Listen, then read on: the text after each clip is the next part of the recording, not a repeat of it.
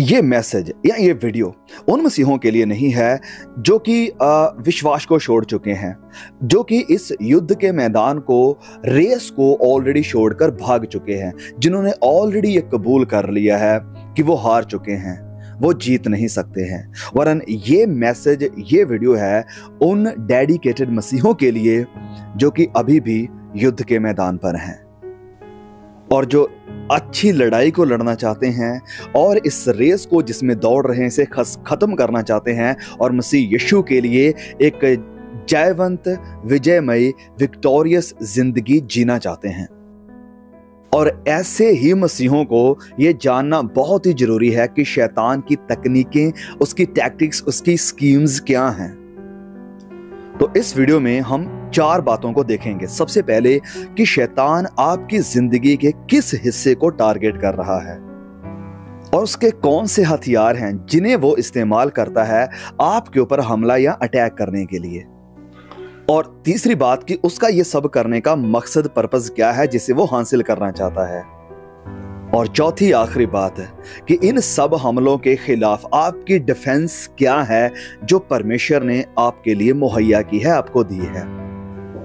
तो शैतान अपनी पूरी कोशिश, पूरा जोर लगाएगा आपको सबसे पहले डिस्ट्रैक्ट करने के लिए। और शैतान इस बात को जानता है, वो इसे मानता है, इस बात के ऊपर विश्वास करता है कि सच्चाई आपको आजाद कर सकती है उसकी सारी स्कीमों से। और परमेश्वर अपने वचनों में हमारे साथ ये वायदा करते हैं कि वो जो तुम में है वो उससे बड़ा है जो कि इस दुनिया में है। पहला यूहन्ना अध्याय 4 वचन 4 में ये लिखा है। तो एज ए क्रिश्चियन, मसीह होते हुए सबसे पहले आप इस बात को जान लीजिए कि आप मसीह यीशु में हैं और आप शैतान की सारी ताकतों से आजाद कर दिए गए हैं। आपको शैतान की ताकत से छुटकारा मिल चुका है। संत पौलुस लिखते हैं कुलुस्सियों की पत्री को लिखते हुए अध्याय 1 और उसके वचन 13 में कि उसी ने हमें अंधकार के वश से छुड़ाकर अपने प्रिय पुत्र के राज्य में प्रवेश कराया है। अंधकार के वश से छुड़ाकर हमें रोशनी के राज्य में एंटर करवाया है। तो अब इन सारी सच्चाइयों को, जो कि बेसिक सच्चाइयां हैं हमारे लिए जानना, इन सब सच्चाइयों के जानने के बाद चलिए आज के इस मैसेज को या स्टडी को हम शुरू करते हैं।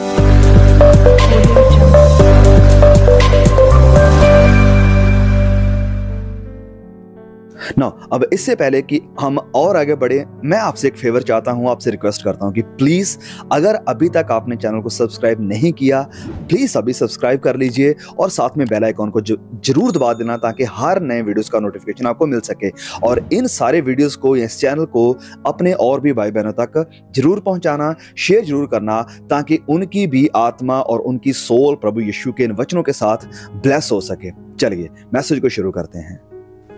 तो सबसे पहली बात, मसीही के बेटे बेटियां होते हुए आप जीत के लिए लड़ाई नहीं कर रहे हैं, वरन आप ऑलरेडी जीत चुकी हुई पोजीशन से लड़ रहे हैं, क्योंकि मसीह यीशु ने शैतान को ऑलरेडी हरा दिया है। Yes, he has already defeated the devil, जैसे कि वचन में लिखा है कुलुस्सियों अध्याय 2 और उसके वचन 15 में कि उसने प्रधानताओं और अधिकारों को अपने ऊपर से उतार कर उनका खुल्लम खुल्ला तमाशा बनाया और क्रूस के कारण उन पर जय जयकार की ध्वनि सुनाई। उनके ऊपर क्रूस के कारण जय जयकार की ध्वनि सुनाई है। इंग्लिश में लिखा है कि having disarmed principalities and the powers he made a public spectacle of them triumphing over them in it. और इंग्लिश में थोड़ी ज्यादा सेंस बनाता है। ट्रायम्फिंग मतलब कि इनके ऊपर जीत पाली है। सबसे पहला जो हमारा सवाल था कि कौन सी जिंदगी के आपके हिस्से के ऊपर शैतान का टारगेट है। शैतान का सबसे बड़ा अटैक आपकी जिंदगी के, आपके शरीर के हिस्से के ऊपर है, आपके माइंड के ऊपर, आपके मन के ऊपर। जब शैतान आदम और हवा से गुनाह करवाना चाहता था तो उसने उनके मन के ऊपर, उनके माइंड के ऊपर अटैक किया। संत पौलुस लिखते हैं दूसरा कुरिन्थियों अध्याय 11 और उसके वचन 3 में कि परंतु मैं डरता हूं कि जैसे सांप ने अपनी चतुराई से हवा को बहकाया, वैसे ही तुम्हारे मन वैसे ही तुम्हारे मन उस सिधाई और पवित्रता से जो मसीह के साथ होनी चाहिए कहीं भ्रष्ट ना किए जाएं। तुम्हारे मन कहीं भ्रष्ट ना किए जाएं, जैसे शैतान ने आदम और हवा के कर दिए थे। माइंड, हमारा मन इतना महत्वपूर्ण हिस्सा क्यों है?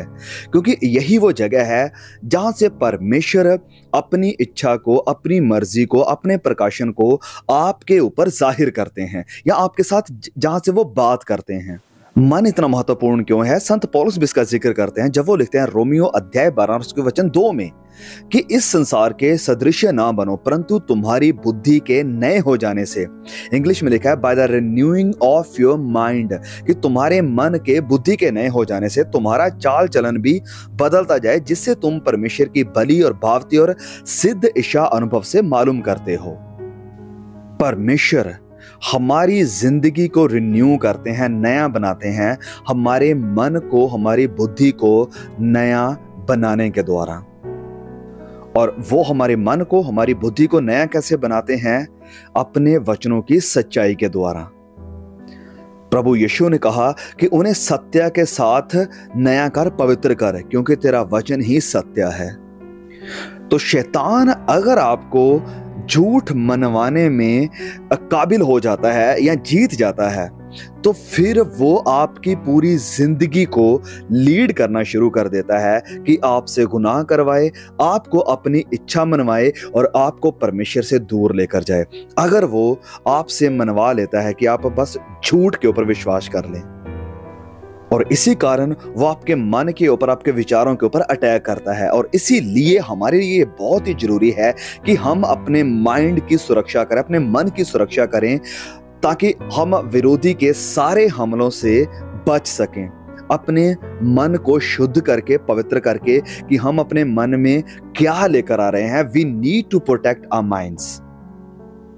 और मन की सुरक्षा के लिए संत पौलुस एक बहुत ही खूबसूरत एडवाइस देते हैं फिलिपियों अध्याय 4 और उसके वचन 8 में, कि इसलिए हे भाइयों, जो जो बातें सत्य हैं, जो जो बातें आदरणीय हैं, जो जो बातें उचित हैं, और जो जो बातें पवित्र हैं, और जो जो बातें सुहावनी हैं, जो जो बातें मन भावनी हैं, अर्थात जो प्रशंसा की बातें हैं, उन्हीं पर ध्यान लगाया करो।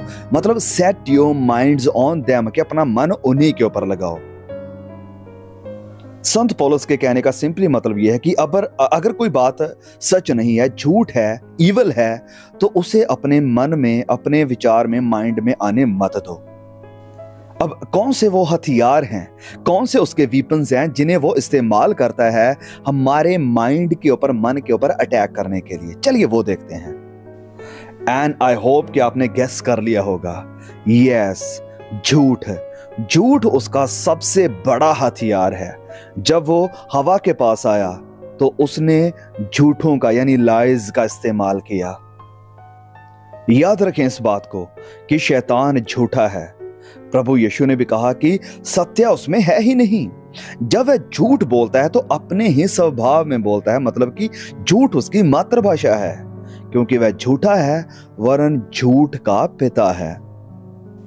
तो वो सबसे पहले हमारे मन में ये झूठ डालता है कि हम परमेश्वर के वचनों के ऊपर शक करें, परमेश्वर के सच्चाई के ऊपर संदेह करें कि क्या सच में परमेश्वर ने ऐसा ही कहा है। ध्यान दें इस बात के ऊपर कि उसने परमेश्वर के एग्जिस्टेंस के ऊपर सवाल नहीं किया कि वो है या नहीं। उसने इस बात के ऊपर सवाल नहीं किया कि परमेश्वर ने बोला है या नहीं, वरन उसका सवाल यह था कि क्या परमेश्वर ने सच में तुम्हें ऐसा ही कहा है। तो सबसे पहले जब वो हवा के मन के ऊपर ऑलरेडी अपना कब्जा या अपना हम कह सकते हैं शिकंजा जमा चुका था, तो फिर उसने अपना जो दूसरा अटैक था उसे शुरू किया। और सेकंड उसका अटैक था कि उसने परमेश्वर के जो सच्चाई है उसका साफ इनकार कर दिया कि तुम कभी मरोगे नहीं। यस, तुम नहीं मरोगे। परमेश्वर ने झूठ बोला है, तुम नहीं मरोगे। तो जब हम परमेश्वर की सच्चाई के ऊपर, परमेश्वर के वचनों के ऊपर संदेह करना शुरू कर देते हैं, तो हम बस एक कदम दूर हैं इनका इनकार करने से भी। और फिर अगली बात शैतान ने क्या करी कि उसने परमेश्वर के वचनों को रिप्लेस कर दिया इस झूठ के साथ कि तुम खुद परमेश्वर के जैसे बन जाओगे। याद करें कि आदम और हवा ऑलरेडी परमेश्वर की इमेज के ऊपर, तस्वीर के ऊपर बनाए गए थे, लेकिन अब शैतान ने उन्हें यह सिखा दिया है कि तुम खुद परमेश्वर बन जाओगे। मतलब कि शैतान अब उन्हें एक और बड़ा प्रिविलेज दे रहा था, एक और बड़े प्रिविलेज के साथ टेम्प्ट कर रहा था, उन्हें लुभा रहा था कि तुम खुद उस परमेश्वर की जगह पर हो जाओगे। जो परमेश्वर आपको बातें बता रहा है, आपको आज्ञाएं दे रहा है, तुम खुद उसके जैसे ही बन जाओगे, तुम वही बन जाओगे। व्हाट? हाँ, उसने कहा कि तुम परमेश्वर के जैसे बन जाओगे। देखिए, शैतान की सबसे पहली कोशिश यही थी, परमेश्वर के जैसे बनना, और वो इसमें नाकामयाब रहा और इस कारण गिरा दिया गया। और यही चीज वो अब चाहता है कि परमेश्वर के बनाई हुई जो प्रजा है, उसके जो लोग हैं, वो भी यही काम करें और वो भी गिरा दिए जाएं, वो भी वहीं पर जाएं जहां पर उसका अंत है। और यहीं से हमारा अगला सवाल शुरू होता है कि शैतान का मकसद क्या है आपके माइंड के ऊपर अटैक करने का। What does he want to achieve? Simply कहूं कि आप परमेश्वर की इच्छा से या प्लान से अनजान रहें। शैतान जानता है कि परमेश्वर ने अपनी इच्छा और अपने प्लान को, जो उसने अपने बच्चों के लिए रखा है, अपने वचन में, पवित्र बाइबल में उसे रिवील किया है। पवित्र वचन ही उसका एक प्राइमरी, एक मेन प्लेटफॉर्म है जिसके जरिए से वो अपने बच्चों के साथ, मेरे यानी आपके साथ बात करते हैं। भजन लिखने वाला कहता है कि तेरा वचन मेरे पांव के लिए ज्योति है और मेरे राहों के लिए, मेरे रास्तों के लिए रोशनी है। भजन संहिता 119 वचन 105 में। तो अगर शैतान कामयाब हो जाता है आपको परमेश्वर के वचनों के प्रकाशन से इग्नोरेंट रखने में, तो फिर आपके पास कोई अंडरस्टैंडिंग नहीं है, आपको कुछ पता नहीं है कि परमेश्वर की इच्छा आपके लिए क्या है और परमेश्वर का प्लान, योजना आपके लिए क्या है। परमेश्वर चाहता है कि हम उसकी इच्छा को जानें, हम उसके प्लान को जानें। प्रेरितों के काम 22:14 में लिखा है कि हमारे पूर्वजों के परमेश्वर ने तुझे इसलिए ठहराया है कि तू उसकी इच्छा को जाने, उसकी इच्छा को जाने और उस धर्मी को देखें, यानी प्रभु यीशु को देखें और उसके मुंह से बातें सुनें, यानी उसके साथ कम्युनिकेट करें, उसके साथ बातचीत करें, फेलोशिप करें। तो जब हम परमेश्वर की इच्छा को जान लेते हैं, जब हम परमेश्वर की इच्छा को जान लेते हैं, तो फिर हम परमेश्वर की इच्छा को, यानी उसकी मर्जी को पूरा करना भी शुरू कर देते हैं, जिसके साथ हमारी जिंदगी पूरी तरह से नई, यानी ट्रांसफॉर्म, यानी बदलना शुरू हो जाती है।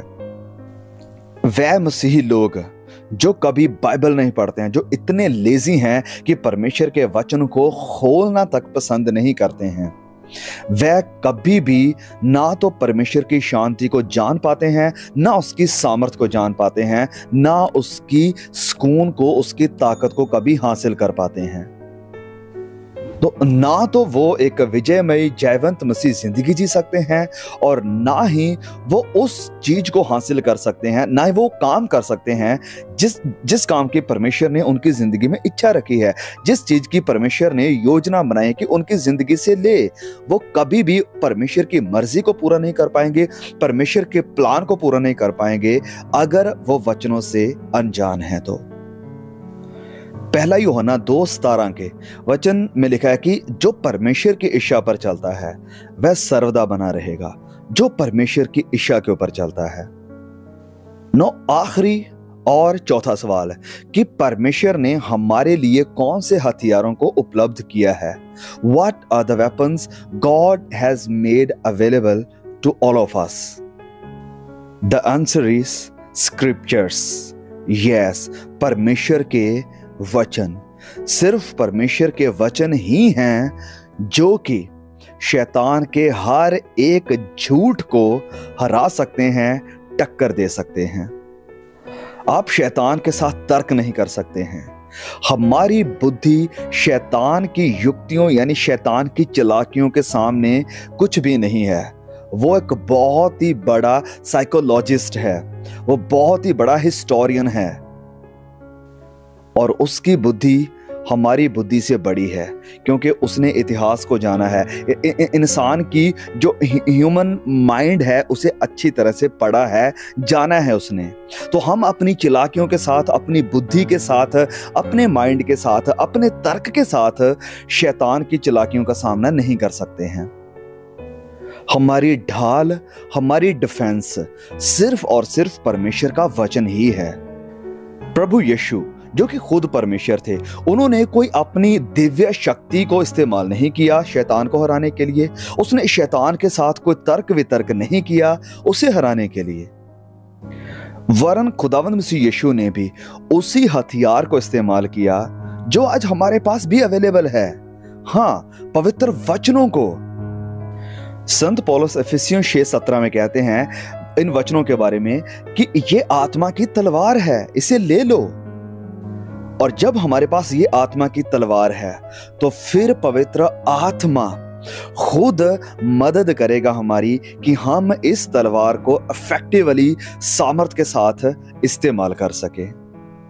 तो अगर मैं और आप शैतान की चालाकियों, युक्तियों और झूठ के ऊपर जीत पाना चाहते हैं, उसे हराना चाहते हैं, तो हमें पूरी तरह से परमेश्वर के वचनों के ऊपर निर्भर होना पड़ेगा और परमेश्वर के वचन को पढ़ना पड़ेगा।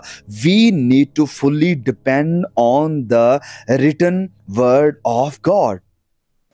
और यही बहुत बड़ा कारण है जिसके ऊपर हम बार बार जोर देते हैं कि क्यों एक विश्वासी को परमेश्वर के वचनों के साथ भरपूर होना चाहिए, परमेश्वर के वचनों को पढ़ना चाहिए, परमेश्वर के इन वचनों के साथ क्यों वक्त बिताना चाहिए, क्योंकि यही हमारी एक मात्र ताकत है, यही हमारा एक मात्र हथियार है शैतान और उसकी युक्तियों के खिलाफ।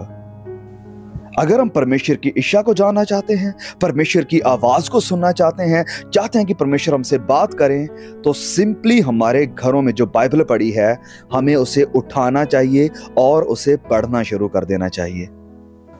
और फिर पवित्र आत्मा जो कि हमारा मददगार है, उसके आगे प्रार्थना करनी चाहिए कि वो हमें पवित्र वचनों की गहराई और सच्चाई को समझाए, हमारी मदद करे कि हम पवित्र वचनों की सामर्थ्य को समझ सकें।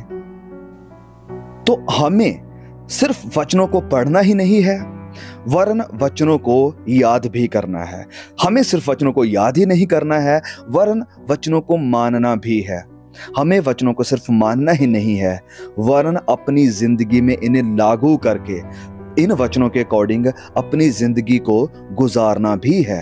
क्योंकि धन्य वही है, जैसे प्रकाशित वाक्य की किताब में लिखा है, कि जो इन भविष्यवाणियों की जो बातें हैं उन्हें पढ़ता, उन्हें सुनता और जो इसमें लिखा हुआ है जो उन्हें मानता है। तो जब हम परमेश्वर के वचनों को पढ़ेंगे, सुनेंगे, उन्हें मानेंगे, अपनी जिंदगी में उन्हें अप्लाई करेंगे, तो पवित्र आत्मा फिर हमारी मदद करेगा कि हम इन वचनों का इस्तेमाल भी करें शैतान की सारी युक्तियों के ऊपर, उसकी सारी योजनाओं के ऊपर, उसकी सारी स्कीम्स के ऊपर और उसके झूठ के ऊपर जीत पाने के लिए। परमेश्वर इन वचनों के द्वारा आपको बहुत आशीष दे। प्लीज वीडियो को, इस मैसेज को और भी अपने रिश्तेदारों, भाई बहनों के साथ शेयर जरूर करें। जल्द मिलते हैं एक और नए वीडियो के साथ। तब तक के लिए खुदा मुझे, आपको, हम सबको संभाल के रखे। आमीन।